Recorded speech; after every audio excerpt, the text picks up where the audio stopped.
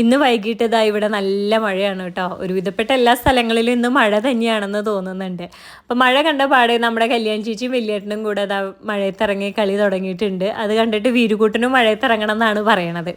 അപ്പോൾ നമ്മൾ മഴയല്ലേ പെയ്യണത്, അപ്പോൾ നല്ല ചൂടോടെ ഒരു കട്ടൻ ചായയും നല്ല മുരുമുരാന്നുള്ളൊരു പഴംപൊരി ഉണ്ടാക്കിയിട്ട് നമ്മുടെ മഴ ഒന്നുകൂടെ വൈബ് പിടിക്കാമെന്ന് വിചാരിക്കുകയാണ് കേട്ടോ. അപ്പോൾ വേറെ ഒന്നും നോക്കിയില്ല, കുറച്ച് മൈദയും പഞ്ചസാരയും മഞ്ഞൾപ്പൊടിയും കൂടെ കലക്കിയിട്ട് നമ്മുടെ പഴം നീളനെ അങ്ങോട്ട് മുറിച്ച് കൊടുത്തു. അതിന് മുൻപ് പാന് ചൂടാക്കാൻ വേണ്ടി വെച്ചു കേട്ടോ, എണ്ണ ഒഴിച്ചിട്ട്. എന്നിട്ട് പിന്നെ നമ്മുടെ പഴത്തിനൊക്കെ ഇങ്ങനെ നൈസാക്കി കട്ട് ചെയ്തിട്ട് നമ്മുടെ ഈ മാവിൽ അങ്ങ് മുക്കി പൊരിച്ചെടുക്കുകയാണ്.